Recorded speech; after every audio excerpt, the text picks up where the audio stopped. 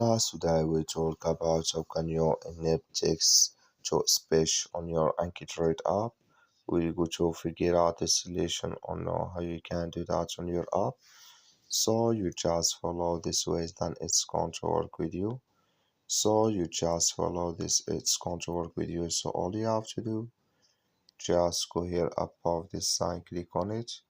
So then it's going to show for you a list like this here. Then all you have to do, just click on settings, click on it here.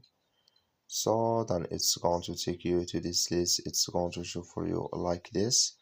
So then all you have to do now, you just go down here, then you click here on advanced, just click on it, then it's going to take you to next step here, then you go down, just keep going down here. So then you come here to text to speech, click in this sign, then you click on OK.